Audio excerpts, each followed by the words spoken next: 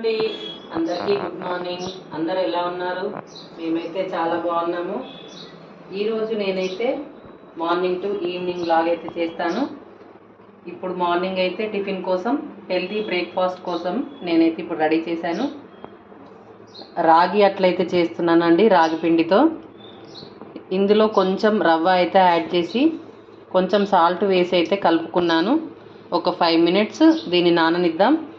దీనికోసం మనం పల్లి చట్నీని అయితే ప్రిపేర్ చేసుకుందాం. నేనైతే ఇప్పుడు పల్లి చట్నీ కోసం పల్లీలను అయితే వేయించుకుంటున్నాను.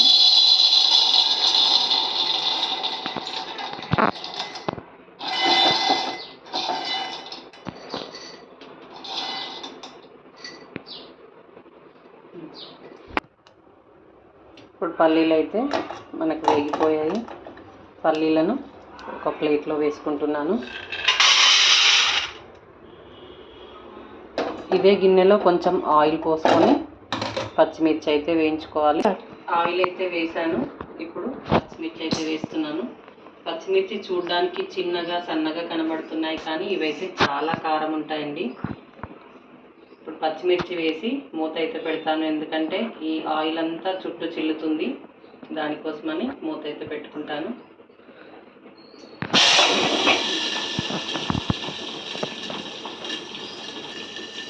ఇప్పుడు మంట అయితే సిమ్లో పెట్టి పచ్చిమిర్చి వేగేంత వరకు వెల్లుల్లి అయితే కొలుచుకుందాం.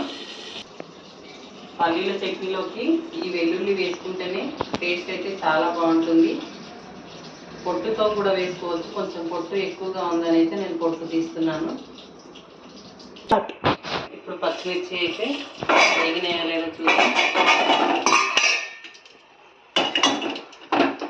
స్టవ్ అయితే ఆఫ్ చేస్తున్నాను.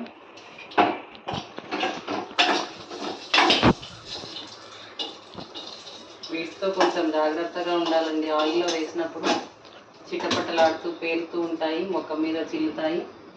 ఇప్పుడు మనం పచ్చడి కోసం ప్రిపేర్ అయితే చేసుకుందాం. జీలకర్ర, వెల్లుల్లి,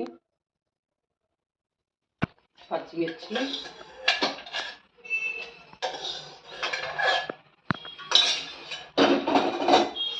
ఇప్పుడు ఫైనల్గా పల్లీలు అయితే వేస్తున్నాను.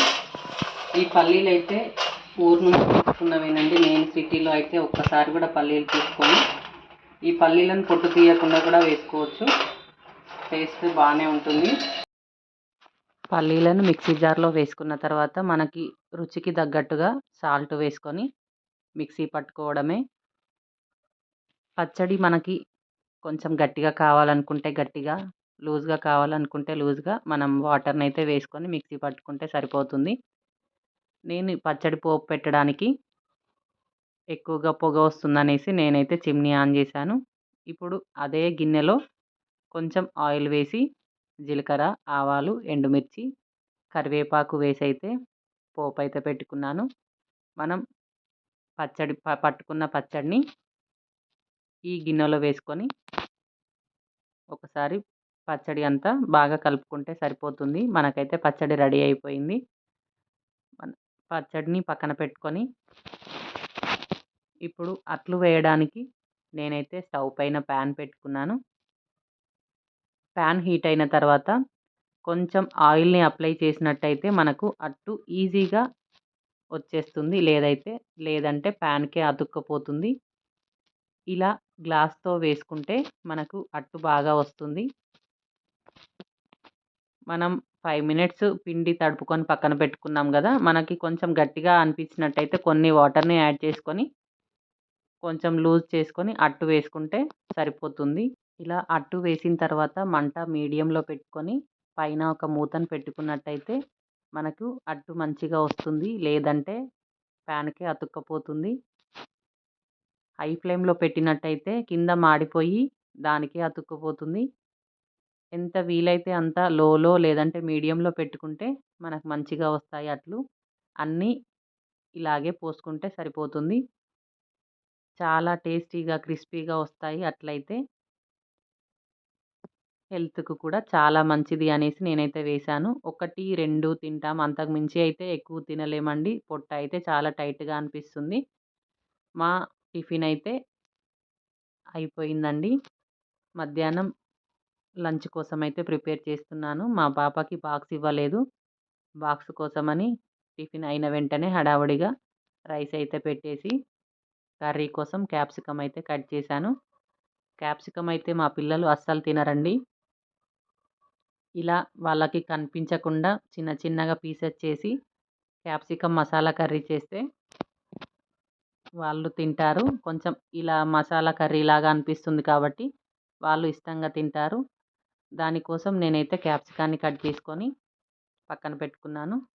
ఇప్పుడు మనం ప్యాన్ పెట్టుకొని లేదంటే గిన్నెను పెట్టుకొని అందులో ఆయిల్ వేసి జీలకర్ర, ఆవాలు, కరివేపాకు, ఆనియన్స్, పసుపు, అల్లము ఇవన్నీ రెగ్యులర్‌గా ఎలా వేసుకుంటామో అలానే వేసుకొని మనం కట్ చేసుకున్న క్యాప్సికాన్నయితే వేసుకోవాలి. ఇలా క్యాప్సికమ్ మొత్తాన్ని వేసుకున్న తర్వాత ఒకసారి బాగా కలుపుకొని మూత పెట్టుకోవాలి. ఈ క్యాప్సికమ్ ఫ్రై అయ్యేంత వరకి ఇంకొక స్టవ్ పైన ప్యాన్ పెట్టుకొని అందులో 2 స్పూన్ల పల్లీలు, కొంచెం ఎండు కొబ్బరి, అలాగే కొన్ని నువ్వులు, కొన్ని ధనియాలు, కొంచెం జీలకర్ర వేసుకొని ఇవి సిమ్‌లో మంచిగా ఫ్రై చేసుకోవాలి. ఇలా ఇవి మొత్తం వేగిన తర్వాత వీటిని మొత్తం చల్లారనివ్వాలి. చల్లారిన తర్వాత మనమైతే మిక్సీ పట్టుకొని పౌడర్ అయితే చేసుకోవాలి. ఈ ప్రాసెస్ అంతా అయ్యేసరికి మనకి క్యాప్సికమ్ అయితే ఫ్రై అయిపోతుంది. ఇలా ఫ్రై అయిన క్యాప్సికమ్‌లో మనం మిక్సీ పట్టుకున్న పౌడర్‌నైతే వేసుకొని మనకు సరిపడా కారము, ఉప్పు, అలాగే కొంచెం ధనియాల పొడి అయితే వేసుకొని ఒకసారి మొత్తం బాగా కలిసేటట్టు కలుపుకోవాలి. ఇలా కలుపుకొని ఒక 1 మినిట్, 2 మినిట్స్ తర్వాత వాటర్ అయితే వేసుకోవాలి. మా ఇంట్లో క్యాప్సికాన్ని ఇలా మసాలా కర్రీ కోసం లేదంటే నూడిల్స్ అలా వాటి కోసం పాస్తాల కోసమే వాడతాము. ఎక్కువగా క్యాప్సికమ్ అయితే తీసుకురాము. ఇలా ఎప్పుడో ఒకసారి మసాలా కర్రీ చేసుకుంటే టేస్ట్ అయితే చాలా బావుంటుంది. మా పిల్లలైతే ఈ కర్రీని ఇష్టంగా తిన్నారు ఈరోజు. మనకి కర్రీ అయితే పర్ఫెక్ట్‌గా రెడీ అయిపోయింది. మనకి వాటర్ అంతా ఇంకిపోయి ఆయిల్ అంతా పైనకి వచ్చేంత వరకి ఉడికించుకొని స్టవ్ అయితే ఆఫ్ చేసుకోవాలి. కొంచెం కర్రీ లూజ్‌గా ఉన్నప్పుడే స్టవ్ ఆఫ్ చేసుకుంటే చల్లారిన తర్వాత ఇంకా గట్టిగా అవుతుంది. నా కర్రీ అయితే అయిపోయేసరికి మా పాపకైతే స్కూల్ టైమ్ అయితే అయింది. నేనైతే ఇప్పుడు బాక్స్ ప్రిపేర్ చేస్తున్నాను. బాక్స్‌లో కలిపి పెట్టట్లేదు. వైట్ రైస్ అయితే పెట్టి ఒక బాక్స్‌లో కర్రీ అయితే పెట్టాను. ఈరోజు తనకి స్నాక్స్ ఏం పెట్టలేదని షాప్‌లోనైతే చిప్స్ ప్యాకెట్ అయితే తీసుకొని వెళ్ళాను. పిల్లలు ఇంటికి రాగానే ఏదో ఒకటి తినడానికైతే కావాలి కదా! వాటర్ మిలన్ అయితే కట్ చేశారు. నలుగురం కూర్చొని వాటర్ మిలన్ అయితే తిన్నాము. తిన్న తర్వాత కిచెన్‌లోకైతే వెళ్ళాను.